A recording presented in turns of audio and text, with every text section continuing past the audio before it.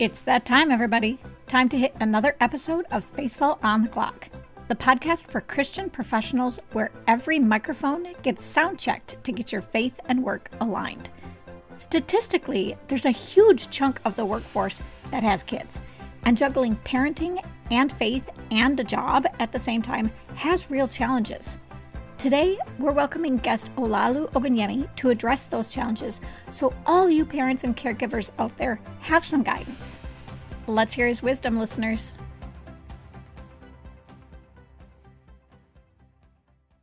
Hello, everybody. It's good to have you listening again to Faithful on the Clock. With me today is writer, U.S. Marine, and the founder of Parent-Child Connect, Olaolu Ogunyemi. Olaolu is doing this show for two big reasons. First, because there is a genuine need to prepare the next generation of leaders, but also because there are so many parents who are genuinely struggling to manage the work and parenting responsibilities that we have. We want to just acknowledge how genuinely tough that is. So he's going to share some of his insights to just give us some footing. So Olaolu, welcome to the Faithful on the Clock. Thanks for being with me. Hey, Wanda, thank you so much for having me. I'm very excited to have this conversation. I've been looking forward to it. So Yeah. I'm ready to dive in. Okay. So just to get us started, usually what I have guests do is just give us a little bit about yourself. Not everybody is familiar with every guest, so I just want to give you the opportunity to share about yourself a little bit. Yeah, absolutely. So, like you said, I'm Olaolu Ogunyemi. I'm the fifth of six children and grew up in Ruston, Louisiana, which is a very small town, about 26,000 people for those who didn't know. But we do, in fact, have a Walmart. So very, very excited about that growing up for sure. I started Parent-Child Connect after being in the Marine Corps for somewhere about 8, 9 years. Decided to start something that would allow us to connect with our children. So that's what Parent-Child Connect is all about. It's about providing resources so that parents, teachers, mentors, and caregivers can really start to connect with their children and help raise the next generation of impactful leaders. And so that's really what I do throughout the day. Like I said, I'm active duty, so that keeps me busy. The other thing that keeps me busy, and my other hat that I wear, is I'm a husband and a father of three, Sure. wonderful children and wonderful wife. And currently we're in the Washington, D.C., DMV area, and we'll be here for the next few years. So that's a lot about me. And like I said, I'm just excited to be here, and I appreciate the opportunity. Yeah, of course. So can you tell me a little bit about what got you interested with working with parents and kids? Just a little bit? Yeah, absolutely. So I was a very young parent. Still am, obviously. But I graduated from college. I was 22, married with a 3-year-old. And so I started at a very early age. And one thing I realized is that I was just as clueless as they come. And I'm just trying to, figure it out as it goes. And just those things help inspire me to want to be a better father for my child. That was really where all this stuff came from. It's like I want to be a better father, a better supportive husband, and making sure I'm being there for my family. And so I started thinking, it's like, well, if I'm having that struggle, I know I'm not the only one. So I Mhm. decided, why not? As I start to do my research and collect my resources and writing my children's books, which is what this all started on, I wanted to make sure that I pushed out resources that other people can use as well. And that's really what started. It started from a desire to want to connect with my own children and lead them. And then it sort of grew from there. Yeah, I definitely think that, our personal experiences play into what we get into. So I can totally relate. I can relate as well, kind of starting early. I think I was 26 when I had my first child. So, and that's not horribly young, but it's young enough. It was pretty Yeah. tough. So I totally understand that. And I think a lot of people, like you said, are in that position. Certainly now I think there's people who are waiting to have kids, but it's tough anyway. Doesn't matter what age you are, for sure. So that being said, in your work, what are you kind of seeing as the pain points that parents and kids are kind of having?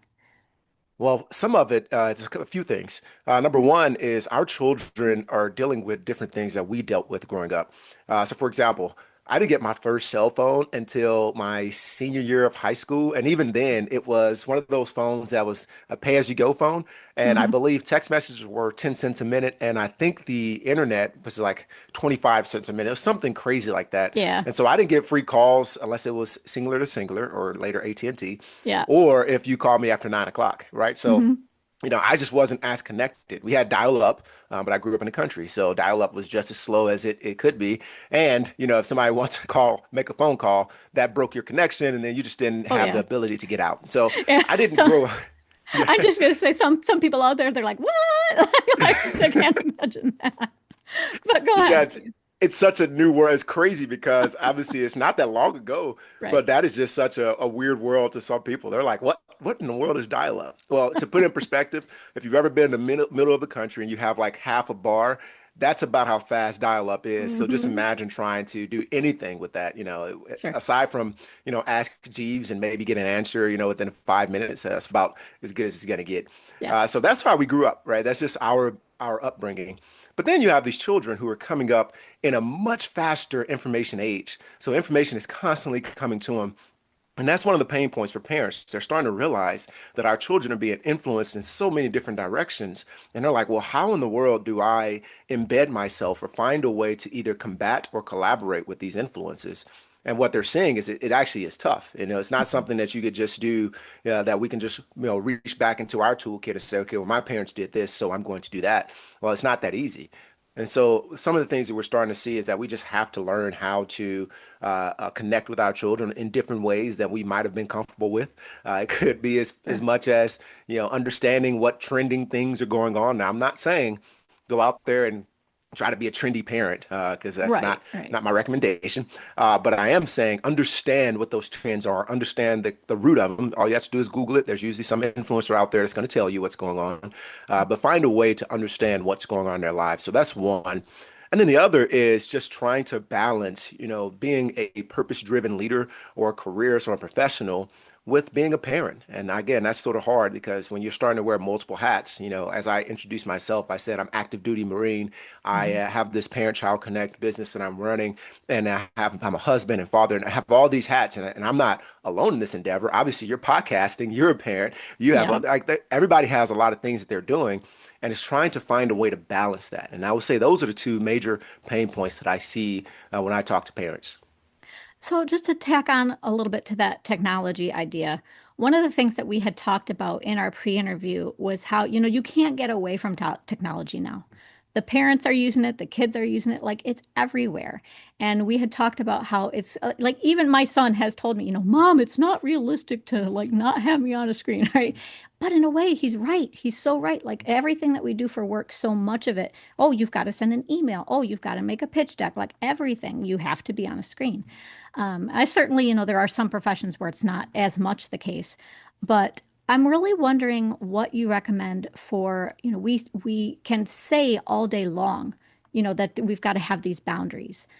But what do you recommend for parents who, they're kind of stuck, they have to use it and their kids are seeing them on the screen all day long, but they don't really know how to like walk the walk that way because does that make sense? Oh yeah, What it would you does. And recommend? that was one of my favorite conversations in our pre-interview because it made me start to think about like how many times have I picked up my phone just this week? And I think that's where it starts.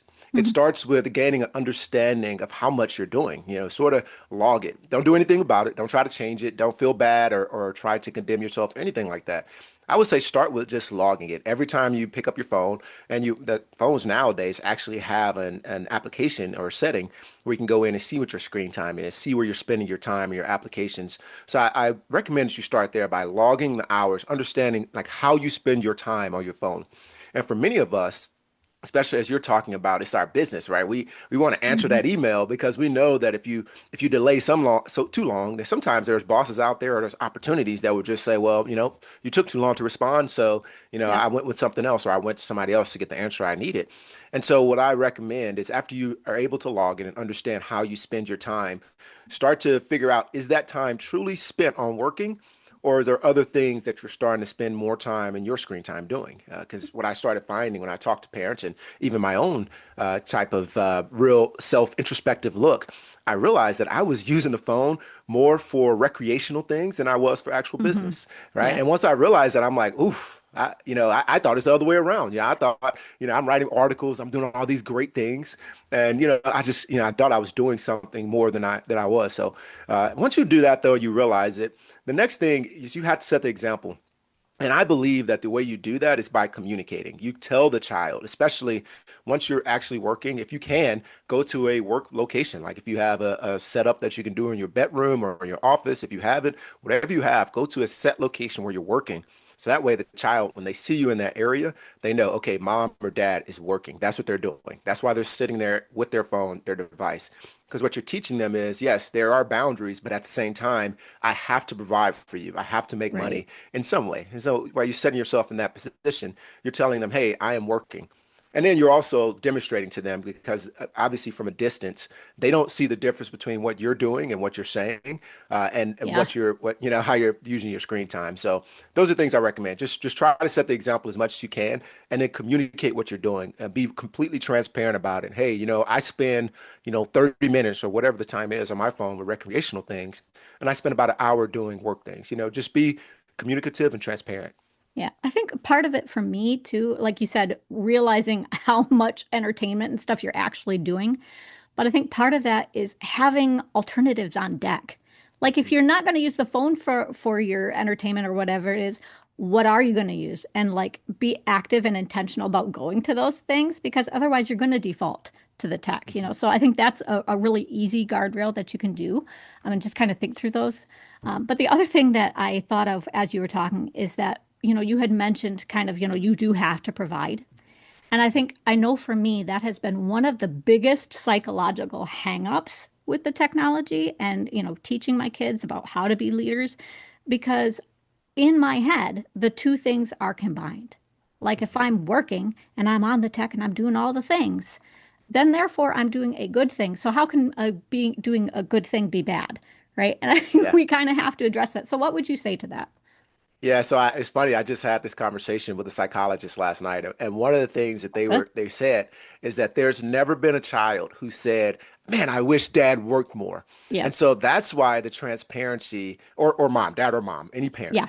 that's why the transparency is key. That's why it's good to explain to them what it means to provide. It's good to sit down with the budget, show them the bills, show them come. And you're not doing this to overwhelm them, of course. Right. You're not getting them to feel bad because I know there's sometimes that we do that.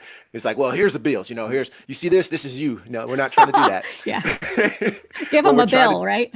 exactly. It's like, you see this light bill? You're the one who's causing this. No, no, that's not what we're doing. We're trying to just introduce them to some of the concepts of life because they're not necessarily exposed to that. There's no true class that teaches them life lessons and how to pay bills or talking about utilities or budgeting. It doesn't exist in all the schools yet. And those things that are really important for us as parents to have the opportunity to sit down and talk to the children. So that way they know that, hey, this is not something that I enjoy doing every single day, all day. I would Yeah. much rather spend time with you. But in order for me to pay this bill, I have to do this. And I think the more you expose children to that and have that conversation, just in a normal, over tea, over hot chocolate or whatever it is, not in a tense moment. Wouldn't recommend doing that if you're confronting them about screen time. They're like, well, you're on your phone. It's like, well, I have to pay bills. Right, right, right. Choose the time very wisely that you bring it up, so that way your children can understand. And in that moment, you're mentoring and teaching them, and honestly preparing them for the next step while you set the example for them. Yeah.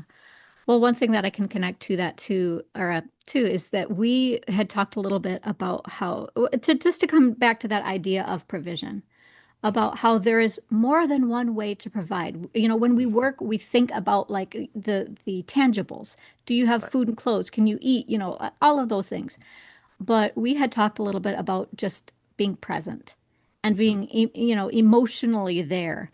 And I think, again, that is one of the things that if kids are going to be leaders, that they need that because that is where their sense of worth comes from. It's their sense of Mhm. confidence. If you're not there, then really they are not there inside themselves. Like they don't know where to go. They don't know what they can do.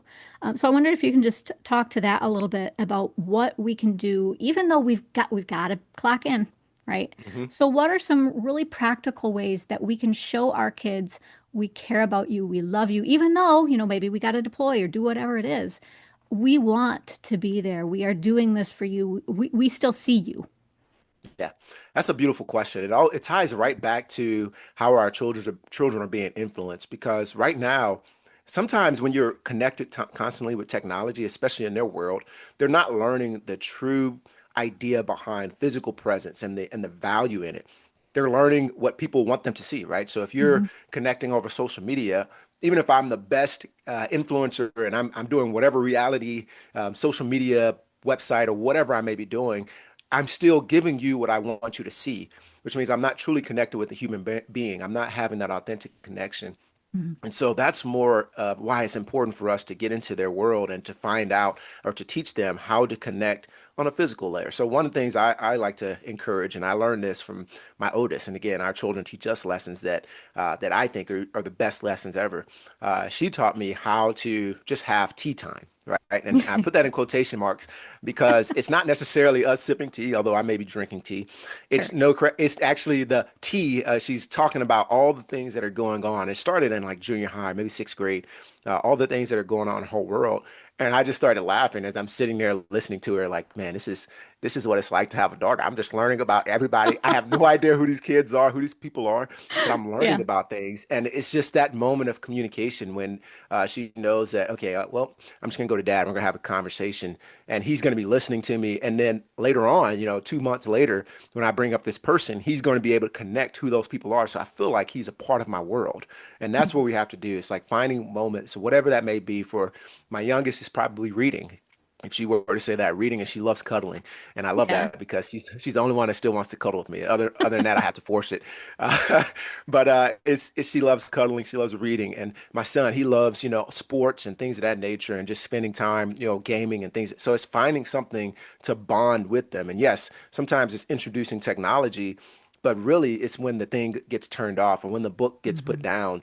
It's really now you're having that heart to heart conversation, that eye to eye, or you're doing something that's enjoyable that they can actually relate to what I like to call the core memories that I got that from Yes. Inside Out. Oh, It's yeah. one of those core memories that you're creating for them because you're just making it one of those moments. So that's what it is. It's finding those every day, those small things that we think are insignificant, whether it be cooking and you're like a lot of us get focused. When I cook, I'm like, man, okay, I want to do it this way. Hmm. But the second one of my children walks in and says, "Hey, can I help you, Dad?" I could easily say, "Nah, if you help me, I'm going to mess up. I'm trying this new Hmm. recipe for the first time." But the best way to do it is to say, "Okay, come on in," because that's a perfect opportunity to create those. So all those moments usually exist throughout the day. It's sometimes those day-to-day things that we just do without even thinking about that we can bring them into our world and to allow them to share that moment with us. Yeah. I love that you bring that up though, like about the cooking and stuff, because I think especially for professionals, what are we taught? We're taught be efficient, right? Hmm. And so that goes through our head all the time. I know, especially for me, I'm like, well, if I let them help, then, that'll take an extra however many minutes.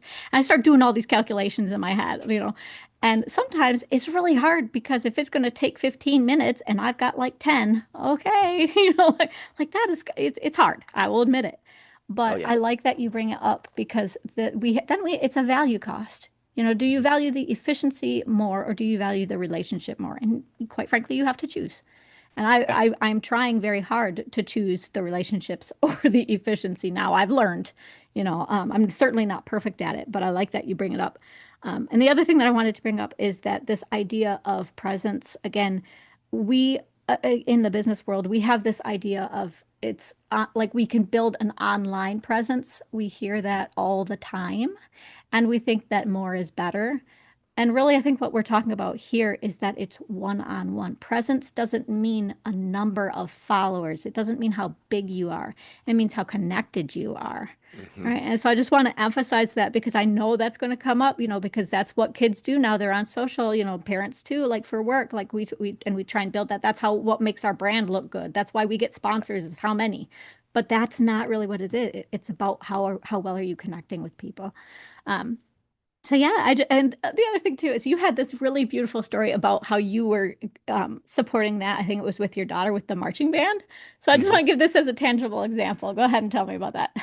Yeah, so that was I never did marching band growing up. I do play instruments. I played Yeah. from playing at church, but I never did marching band. I played sports, all the sports that you can think of. And one thing that I realized is that okay, well, my daughter, she's going to be participating in this thing, so I need to be there, right? that was just ingrained in my mind from my parents. My parents were there supporting me in sports. They traveled with me and all those things.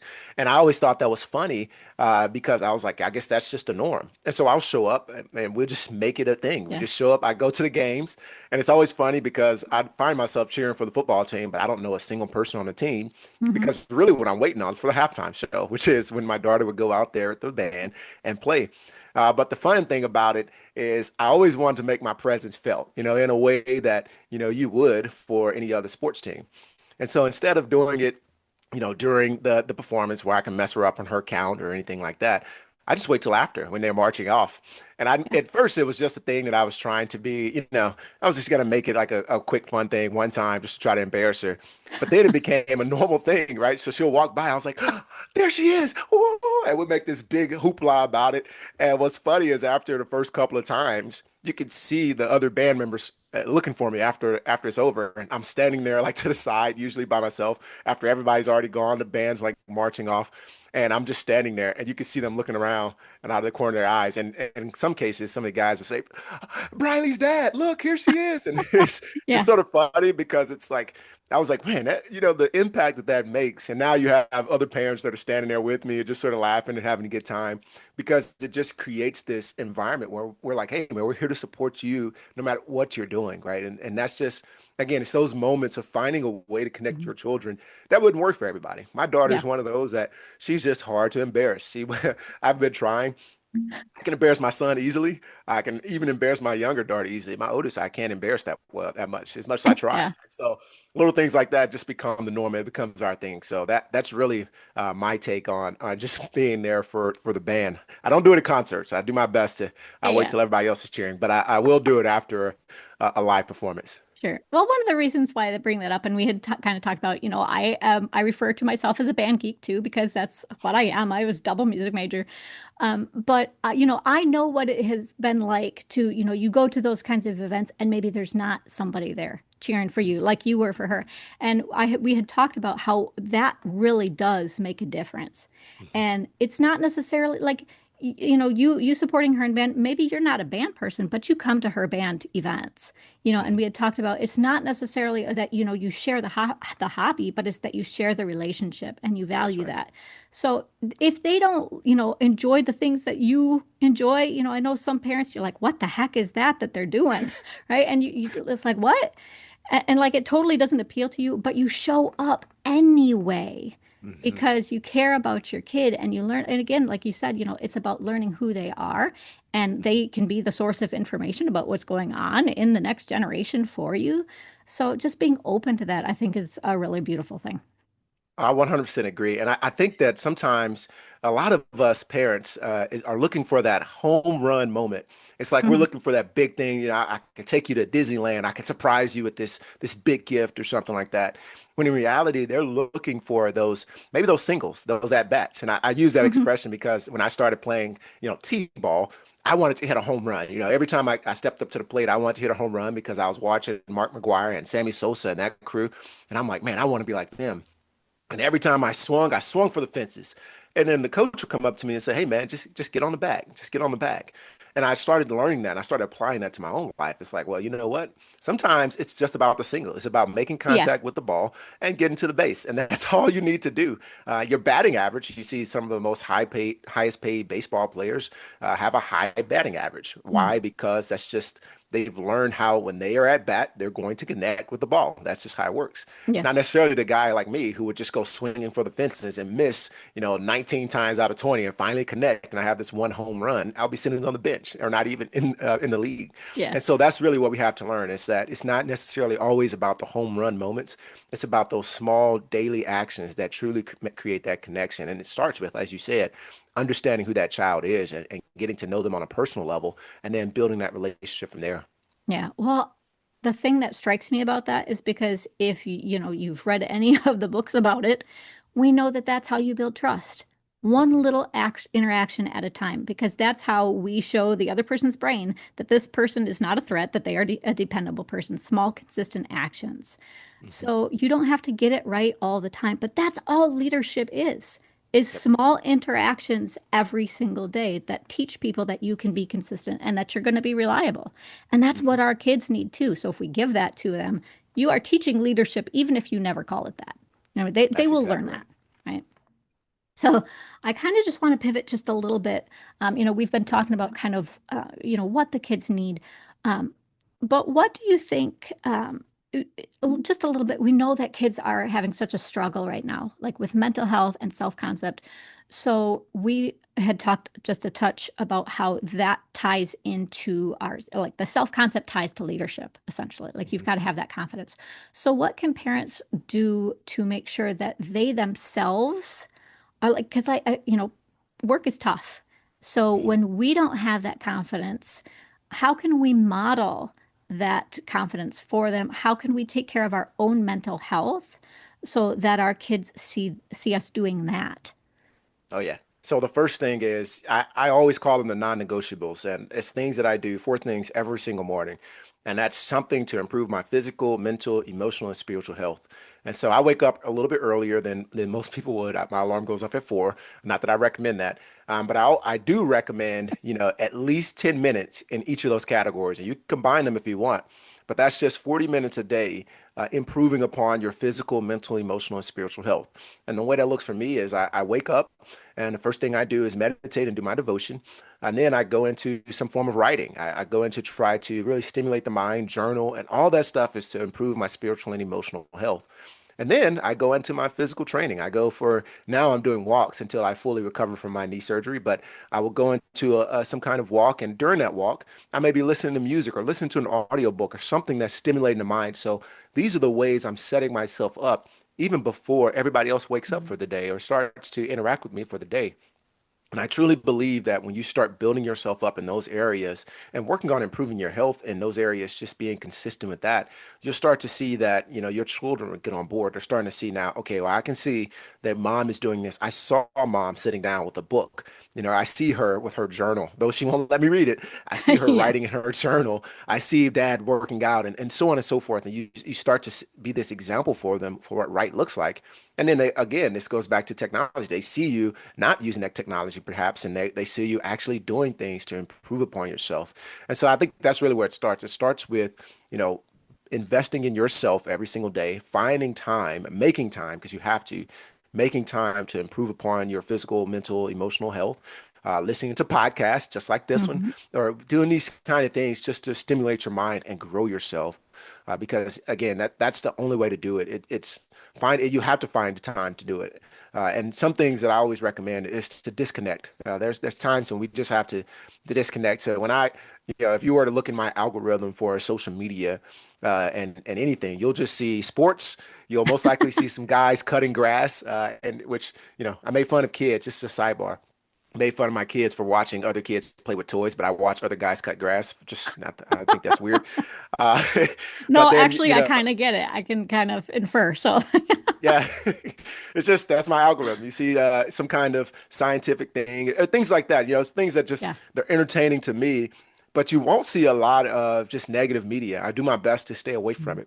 it. I watch the news to be informed. I may find a couple of articles here and there, but for the most part, it's just when I'm trying to use my phone to be entertained or my technology being entertained, I just do it to decompress. I'm not going to turn on something negative, and that's something we have to be intentional about what we're allowing ourselves to be fed with, whether it be through our shows or whether it be through the news that we're watching or whatever it is. There's always something that's pulling on us to be negative, and you don't know how much that weighs on you until after you continue to do it over and over and you're lashing out and you can't figure out why you're lashing out. Well, Hmm. for one, you may be exhausted, and then for Yeah. two, you may be fueled by some of that negativity that you're watching and reading and allowing to come into your body. Hmm. Yeah, I can tell you myself, like there have been plenty of times. Well, I guess my first point is that we don't always realize how well our children are paying attention. Like we Mhm. say it, but oh my goodness, they do. They do. Mhm. Because there have been so many times where I'm like, oh, I'm keeping it together, right? And then, like my son, he'll come to me, Mom, do you need a pill? Do we need to like tape you to the chair? They'll say that, and then I'm like, okay, yeah, maybe I better chill out or get away from this stuff. So they can, but I guess the point there too is like they can hold us accountable more than we realize too. Not that that's a responsibility of theirs, but just that we can be open to their feedback and just be aware that like like what they are giving back to us in that feedback isn't necessarily inaccurate. So if Hmm. they say, "Mom, you seem stressed out," well, oh, no, no, no, no, no. Yes, you are. Like that's what you are giving out into the world. And so I think as Christians, our goal to give out into the world, we want to be bearers of light, right? And Hmm. if that's what we're giving out into the world, like maybe we better need to take a step back, Yeah. especially as parents, if we are going to prepare new leaders, right? We have to give them the right model. Does that make sense? No, that makes perfect sense. And I love that you said that because that is the mark of a true leader, one who can receive feedback. And one of the things I love, I love reading about Jesus in the Bible because one of the examples that he provided for us is he went and asked his disciples, "Who do people say I am?" And sometimes it's like, man, that's a strange thing for him to say, right? Is he being self-conscious? No, Hmm. maybe he just wants them to understand who he is, and he's getting feedback in that moment. He's starting to understand that, if people are now saying that he's a tyrant or he's a rebel or that he's doing everything, that perhaps he needs to adjust and he would have to adjust to how he's doing things, which of course we know that that's not what the case was. Sure. But that's just an example for us to understand that there's nothing wrong with asking. In fact, it's encouraged to ask for feedback and to say, okay, what do you think? What do you think is going on? Or how do you feel about X, Y, and Z? How do you feel about me podcasting or doing this thing? My dad was a pastor my entire life.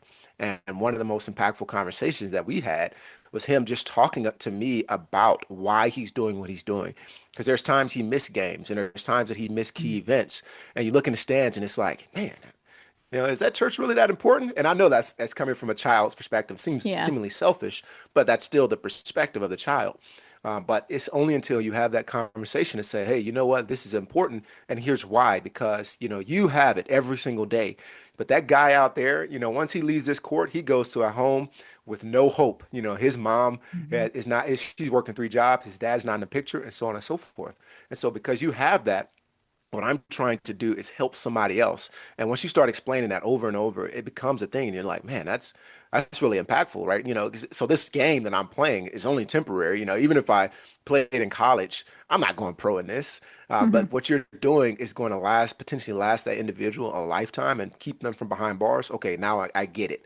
I started understanding a little bit more instead of just allowing that to drift by. So that's a wonderful thing that you were saying there. I just wanted to add that on. Yeah, sure. Well, I think too, when we're looking at feedback, sometimes that's scary because Mhm. we have in our minds what we want to be, and sometimes the feedback doesn't match. And then if we get that feedback and it doesn't match, then we have to figure out what to do with that.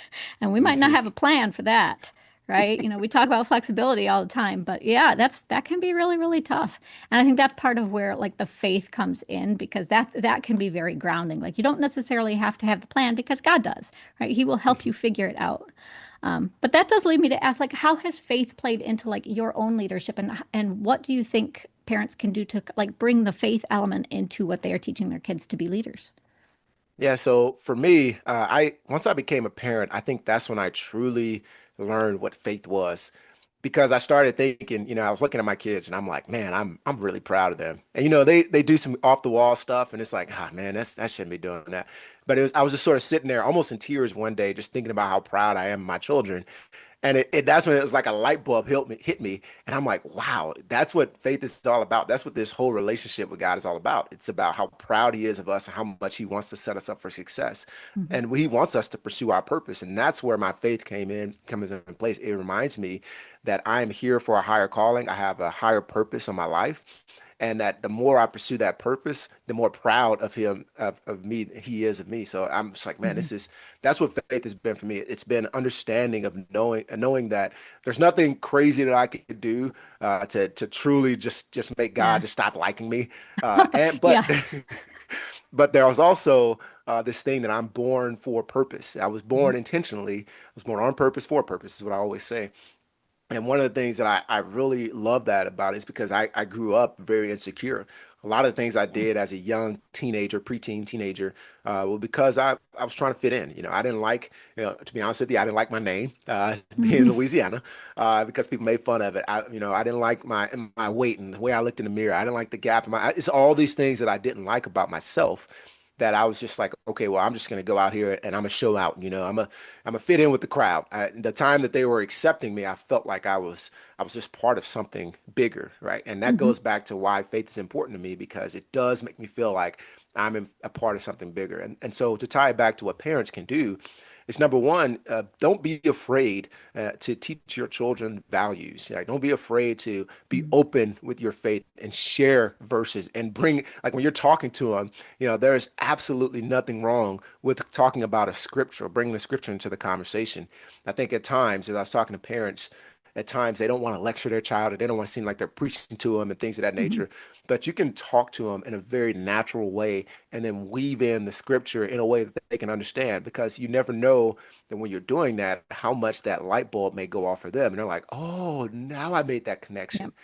Because I always tell people that you are that Jesus for them, right? A Yeah. lot of times for a lot of people, they don't have that connection. They don't know what it's like until you provide that example for them and you stand in as their perception of what Christianity should be. And so that's really what I encourage people to do is to get out and study, read with their children if you can.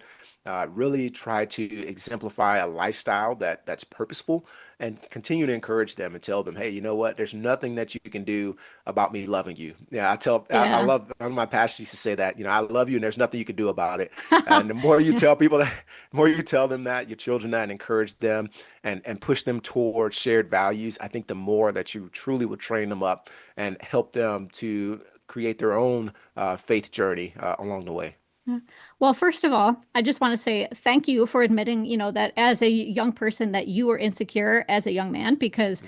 I think a lot of young guys that like they want to be tough and, the traditional masculinity. And it's like they need to understand that other guys are going through that too. Like everybody's struggling with it. Doesn't matter, what gender you are. It's everywhere. Like that's just Oh growing yeah. up. And even as adults, it does not end. Hmm. Like we it does not. Sorry to tell you.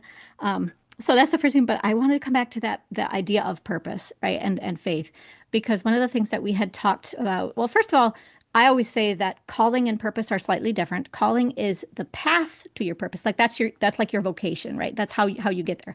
But your purpose is always just to give God joy, right? Because he is a God Hmm. of joy and we're supposed to reflect that back to him. So we all have the same purpose, but we have different callings. Okay. Hmm. So I just want to clarify that. But the idea that when we have that purpose, one of the things we talked about, again, to kind of circle back to mental health, is that one of the things you have been seeing is that the young people don't have a lot of hope, that they don't know what their sense of purpose is. So I wonder if you can just kind of give some parents some advice or encouragement on how to kind of address that, because I think that is a really big issue that they are struggling with. Yeah, so that was one of the tough ones, and Mhm. that's what I think we talked about this in the pre-interview is Yep. that the when I was talking to people, it's not just the fact that they're not believers in Christ. It's the fact that they don't believe in anything, and Yeah. that truly is no hope whatsoever, right? Because that means that you are just here for yourself. And there's nothing else to live for. And I think that's truly where we see a lot of our youth now, because a lot of them are just trying to make it through life and they're trying to understand the world in context and they have all these other things around them that could be confusing, right? That's where we have to be as parents. It's understanding again what's going on in the world. What are they being told about Christianity and Mhm. what are the narratives out there? I saw one. There's this big article going on right now where somebody went to a church asking for formula. Our children are seeing that because they said the church turned them around, and it's just one of those things that the children see that, and that becomes their perception of what it looks like, what the church is, and they're like, well, why didn't the church do that? And they can quickly take sides, and you never know what's being influenced. So it's understanding, okay, if there's something going on in the media, if you see it, then just make the assumption that your child may have seen it too.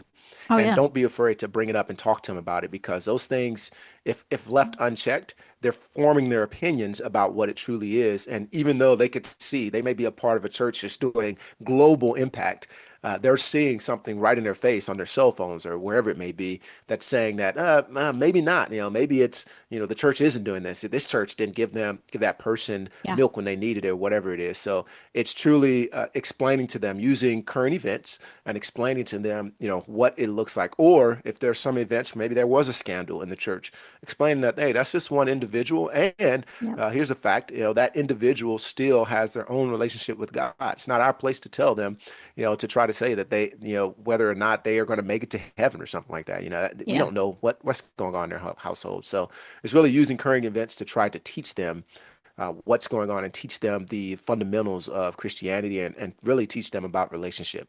Yeah, I like that you are recommending to actually talk about the stuff that's going on, though, because one of the things that I have kind of seen too is, well, my hypothesis, I guess I would say, based on what I've seen, I kind of think that, if kids are seeing all of this stuff going on in the world, they're not real sure, does God exist? Like you haven't centered on that yet. They're seeing all this stuff, maybe in the church or wherever.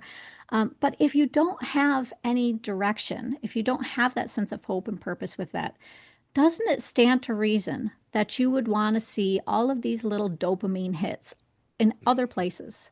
So why wouldn't you turn to a screen? Why wouldn't you just hole up in your room? And I guess what I'm trying to say is I think those things are related.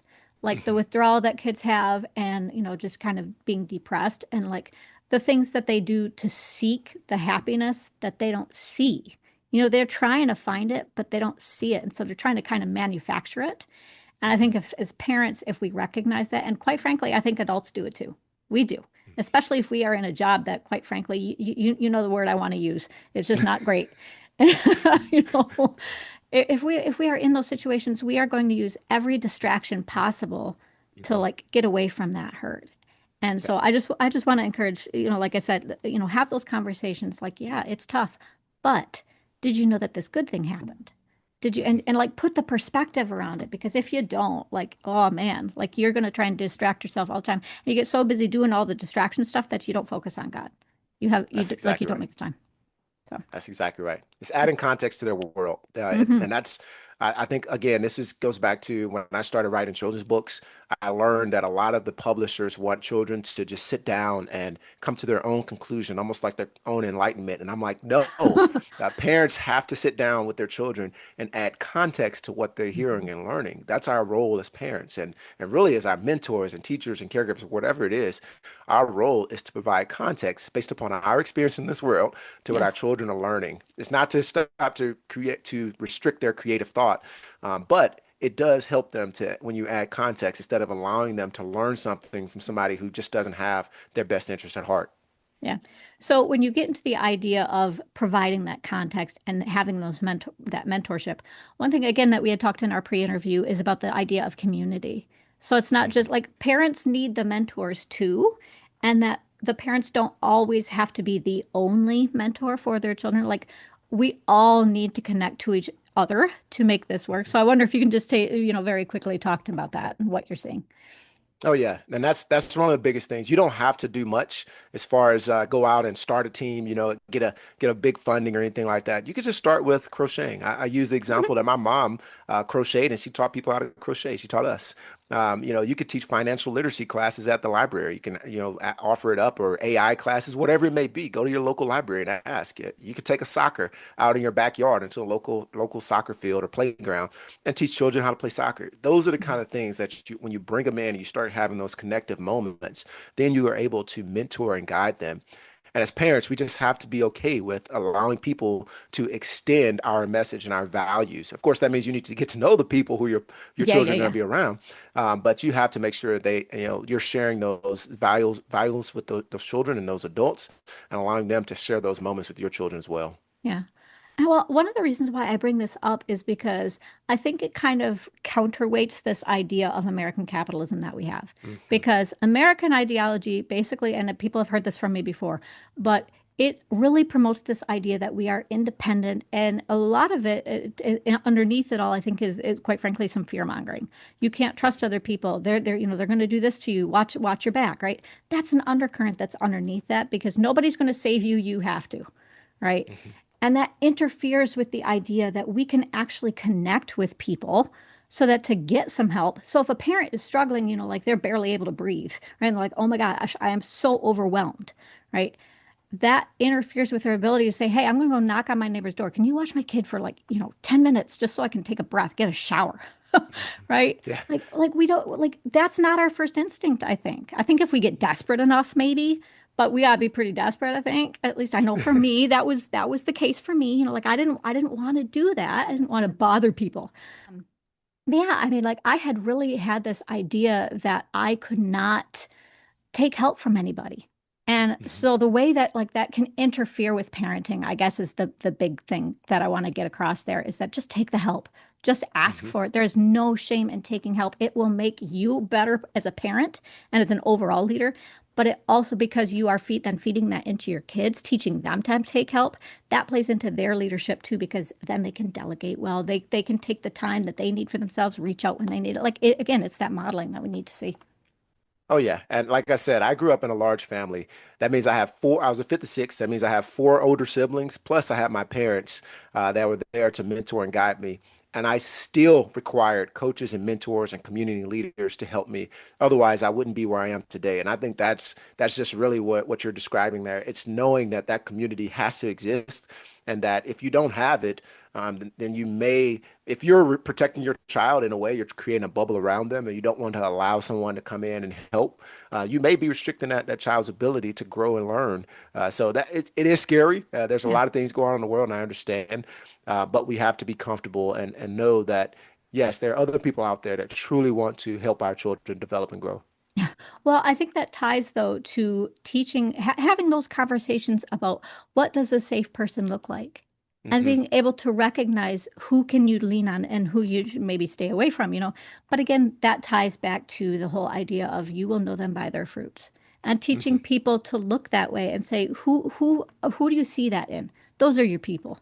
You know what I mean? And teaching them like you don't have to stay away from everybody. It's not everybody that's, harsh. So I think that's just something that we can teach our kids. Like, just look for as Mr. Rogers would say on Mr. Rogers' Neighborhood, look for the helpers because they are there. They are, right? That's exactly right. Yeah. All right. Well, as we are wrapping up here, I just want to ask a little bit more about your work. If people want to know more about you, they want to figure out a little bit more what you're doing, connect with you, where can they go?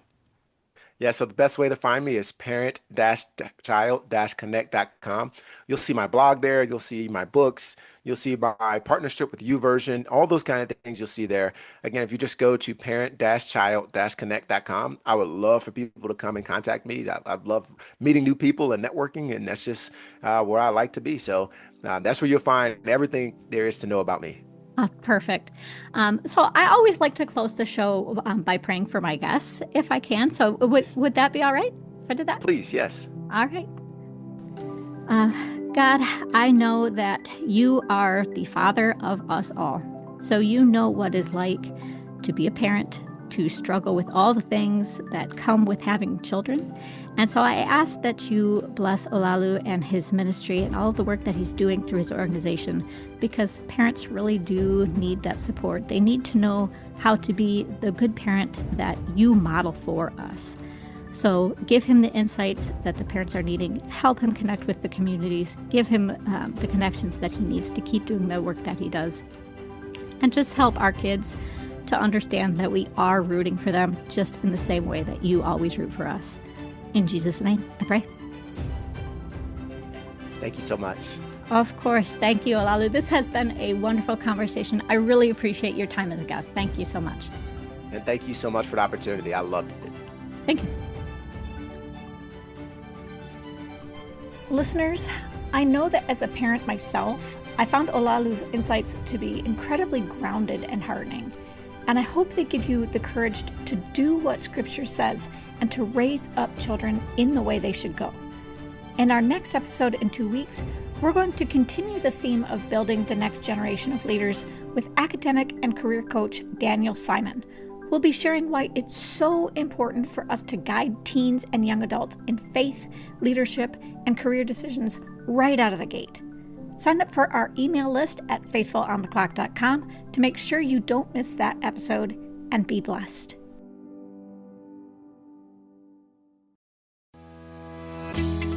Like what you heard and want even more great Christian business content? Head on over to patreon.com/faithfulonclock to become a supporting member for the show. You'll get access to options like early episode access, bonus episodes, videos, Bible studies, curated articles, and more in a tier plan that's right for you. Show your support for this podcast, and remember, enormous change can start with you.